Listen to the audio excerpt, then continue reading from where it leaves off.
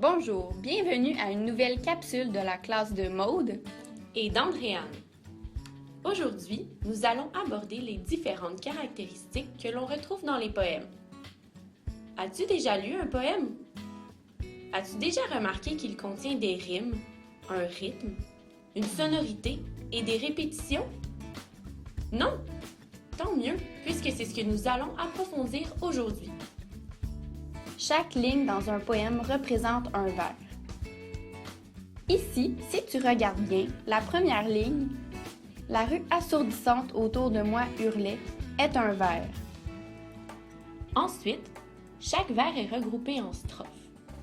On peut donc dire que les strophes sont comme les paragraphes qui composent un poème. Suis avec moi, nous allons les compter ensemble. 1, 2, 3, 4.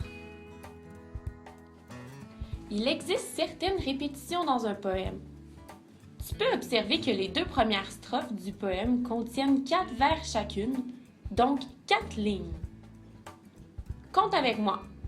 1, 2, 3, 4. Et que les deux dernières strophes contiennent 3 vers chacune. 1, 2 et 3. Avais-tu remarqué que, dans un poème, il y a une répétition du même son à la fin des vers? On peut donc dire qu'un poème rime. Les rimes peuvent être classées en 3 types de sonorités. Il y a les rimes plates, pas dans le sens ennuyante, bien au contraire. Ce sont des rimes où les sons à la fin des vers ont la forme A, B, B. Il y a aussi les rimes croisées, où les sons à la fin des vers ont la forme AB, AB.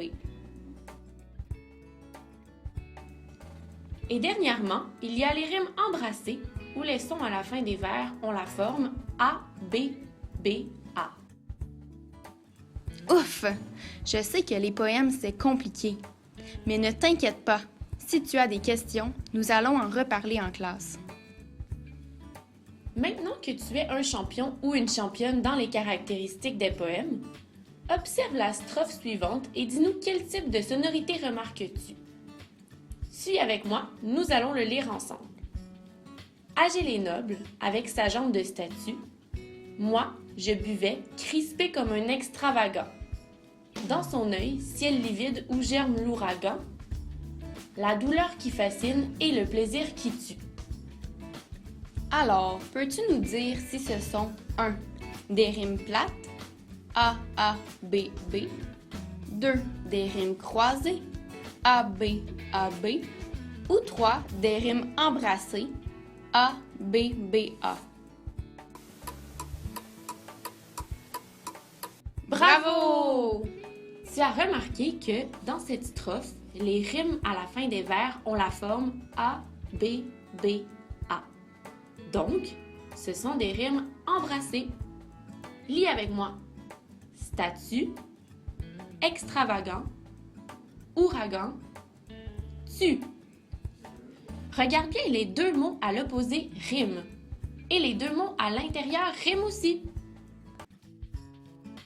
Alors, rappelle-toi que les poèmes sont composés de vers qui sont regroupés en strophes, que les poèmes riment et que l'on peut les classer selon 3 types de sonorités.